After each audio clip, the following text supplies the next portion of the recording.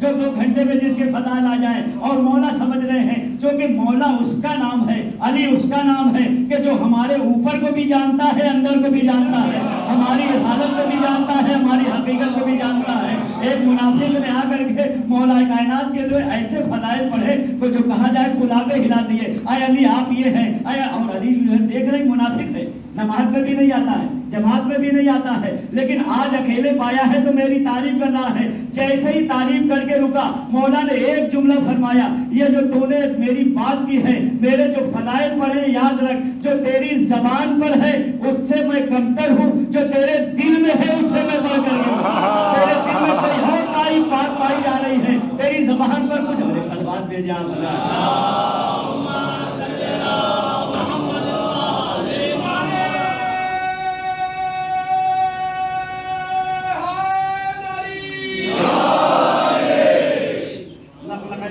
رہا تھا، بڑی تعریف کر رہا تھا کہ آپ یہ ہیں، آپ وہ ہیں۔ مولا نے کہا جو تیری زبان پر ہے اس سے میں کمتر ہوں، جو تیرے دل میں ہے اس سے میں بہتر ہوں۔ یعنی ایسا میرا مولا جو ہماری سرشت سے آگاہ ہے، جو ہماری رسالت سے آگاہ ہے، جو ہماری حقیقت سے آگاہ ہے، جو ہماری نیات سے آگاہ ہے۔ ہم کیا سوچ کر کے آتے ہیں مولا جانتا ہے، ہم کیا سوچ کر کے بیٹھتے ہیں مولا جانتا ہے، ہماری نیت کیا ہے مولا جانتا ہے۔ لہذا اور جلدی بات کر کے پھر انشاءاللہ سلسلے کو آگے بڑھانا ہے۔ یہاں پر یہ عرض کر دیا جائے کہ سوچا تھا کہ علی خوش ہو جائیں گے اور اپنے نبی کی بات، اپنے آخری رسول کی بات جلدی بیان کریں گے۔ قرآن میں یہ لکھا ہے، حدیث میں لکھا ہے، روایت یہ کہتی ہے، درایت یہ کہتی ہے، عقلی بحث یہ ہے، نقلی بحث یہ ہے۔ بہت ہوگا، 1 گھنٹے بیان کر دیں گے، 2 گھنٹے بیان کر دیں گے، ہم ایک کتاب شائع کر دیں گے اور بتا دیں گے یہی فضیلت ہے۔ میرے مولا نے جب سنا کہ وہ کہہ رہا کہ ساری فضیلت بیان کر دیجئے تو مولا نے ایک جملہ فرمایا، کہا ذرا یہ بتا کہ تو دنیا کی نعمتوں کو شمار کر سکتا ہے؟ تھوڑی دیر تک سوچا، کہا نہیں مولا، دنیا کی نعمتوں کو شمار نہیں کیا جا سکتا۔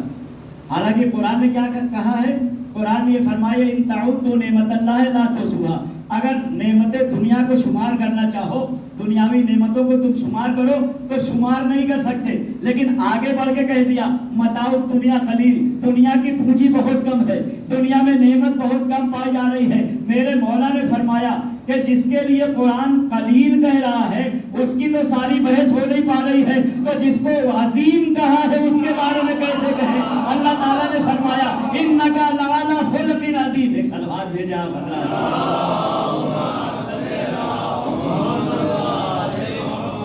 اے حبیب، تجھ کو تو اخلاق کے بلند پائے پر رکھا گیا۔ جب قلیل کا شمار ناممکن ہے تو رسول کی ذات تو عظیم ذات ہے، ان کو قرآن نے عظیم فرمایا ہے۔ اپنا منہ لے کے رہ گیا، لٹک گیا، سمجھ گیا کہ علی جو ہے کیا بتانا چاہتے ہیں۔ اس کی مراد کو میرے مولا نے تھام لیا تھا کہ تھوڑی دیر تک پڑھوں گا وہ لکھ دے گا، لیکن مولا نے کہا نہیں، قرآن کی جتنی نعمتیں ہیں اس کو قلیل کہا گیا ہے اور رسول اللہ کے اخلاق کو عظیم کہا گیا ہے۔ صلوات بھیجیں آپ پر۔